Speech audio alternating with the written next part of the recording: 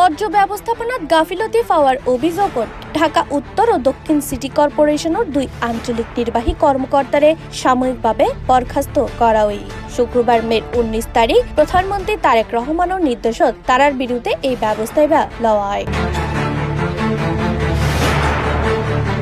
বরখাস্ত আঞ্চলিক কর্মকর্তা হল ঢাকা উত্তর সিটি কর্পোরেশন জোন 5 আঞ্চলিক নির্বাহী কর্মকর্তা মোহাম্মদ সাদিকুর রহমান এবং ঢাকা দক্ষিণ সিটি কর্পোরেশনের জোন 1 আঞ্চলিক নির্বাহী কর্মকর্তা কাজী সালহ মুস্তানজির। স্থানীয় সরকার, পল্লী উন্নয়ন ও সমবায় মন্ত্রণালয়ের প্রতিমন্ত্রী মীর শাহে আলম গণমাধ্যমে এই তথ্য নিশ্চিত করে। তিনি হয় ঢাকা উত্তর ও দক্ষিণ সিটি কর্পোরেশনের 2 আঞ্চলিক নির্বাহী কর্মকর্তারে তাৎক্ষণিকভাবে জনপ্রশাসন মন্ত্রণালয়ত ন্যস্ত করা হয় এবং দায়িত্ব অবহেলার হারণত তারার বিরুদ্ধে বিভাগীয় ব্যবস্থা গ্রহণের নির্দেশ দেওয়া হয়।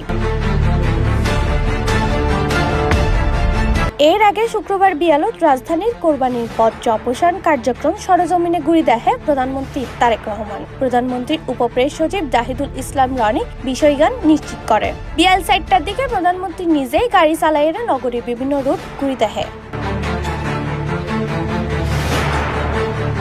Desk news, C+ TV, Chittagong.